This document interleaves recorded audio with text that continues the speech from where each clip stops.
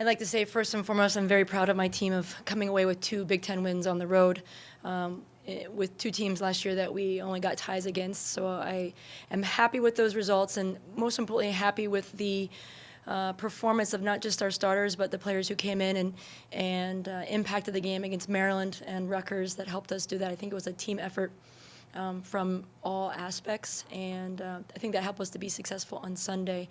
So I'm really happy and proud of my team with that, and moving forward into our next game against Ohio State on Friday. I'm excited for Pack the Mac. It's always great to be on the field and sharing the field with the men's program. I think we have a great soccer culture here in Madison, and we're excited to get people out there and get them some entertaining soccer. So we're hoping to get people out to the field to see some entertaining Big Ten soccer, and looking forward to seeing what our team can do after this weekend, see if we keep getting better. Questions for Coach? Brian? So how did that penalty kick come about in overtime yesterday?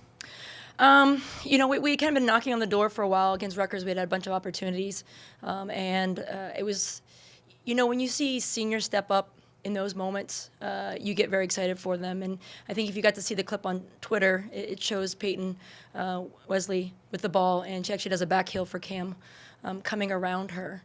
2 seniors kind of playing desperate for their last year, and Danny did a little bit different movement with her movement. She came off it instead of kind of showing into the corner, and they found her in there. She beat the first defender, and by beating the first defender, the defender caught behind her. And it's a huge credit to Danny, because the player that she beat was a player who played in the World Cup for the Jamaican national team. And I think it was kind of like the Sunday game, a little tired, clumsy, but the player caught her from behind and took her down. And huge credit to Danny to step up and take the PK. She had mentioned to the referee before she took it that she needed a moment because she had fallen on the ball and had the air knocked out of her.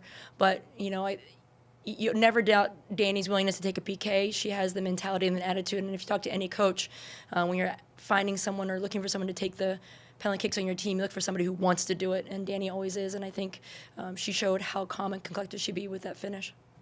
Alec? Coach, you kind of just touched on it, but the season that Danny's having, a couple game-winning kicks, is she have an element of clutch to her? And is she, as you kind of just mentioned, is she the one you want in that situation yesterday for the game on the line like that? Always. I think she's proven that over the years. I think, she had all of the big game-winning goals against some of the best teams that we've played against. But the one thing is that she gets herself in good spots. I always say a good goal scorer finds herself in the right areas. And, early in the season, we hadn't scored as many goals, but if you always looked at the score sheet, Danny was getting those chances, and so she was finding those. She's coming off of dealing with some injuries this past spring, and like I said to her, she has to be patient. It's going to come back. It's going to be takes a little bit longer, but I'm happy that it came this weekend against Maryland and Rutgers. Having said that, I think the combination of Lauren Rice, who's now playing out wide, and Danny and Cammie Murtha up front, that's starting to now gel. And you talk to any coach, this is the time that you want them starting to peak. And I thought this weekend was the kind of breakout weekend for them. They all scored. They got assists to each other. And I think that's going to be a good step for us moving in the direction and getting us confidence when we play our next Big Ten game against Ohio State. Todd? You mentioned a couple minutes ago that the seniors have kind of found the intensity and the need for their last season, feeling that. It seems like that can swing both ways, too, that sometimes they go too far and get too amped up and kind of play outside their role. Have you seen them find the right kind of positioning for where you want them to be? That's interesting that you say that, because I think at the beginning of the season, it was a little bit more desperate, a little bit more, this is our last one, this is the go-around. And I thought this weekend was much more mature, much more confident-based. I don't know how many times Cam just put that poor girl under pressure. And, we looked at a lot of statistics from that game, and her statistics had blown it out of the water. And she was relentless. And it's interesting because if you had thought of her as a freshman or sophomore, it wouldn't have been the same way. And I truly think that they had a huge element of winning that game, and it just gets me excited and amped up to see what they can do moving forward, because I think there's a belief that they can impact the game and make a difference. Jay? You have 3 overtime wins. You're 2-0 in the Big Ten. You just beat the number 13 team on the road.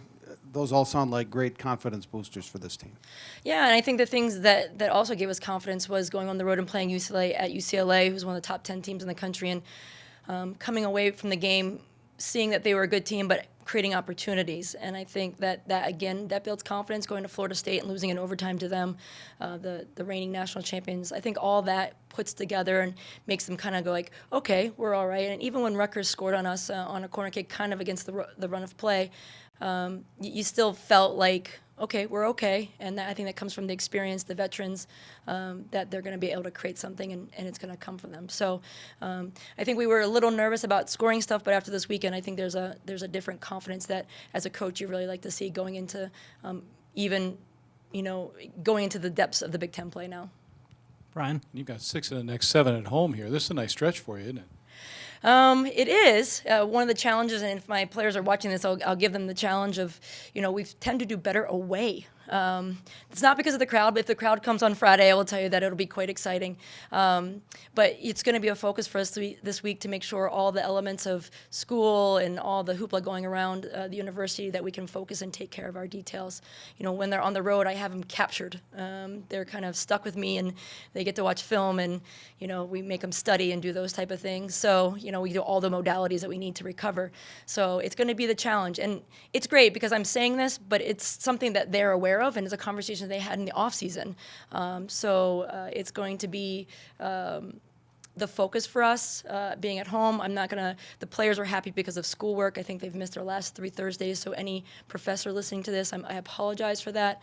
But I think being at home and getting as healthy as we can right now is going to be helpful.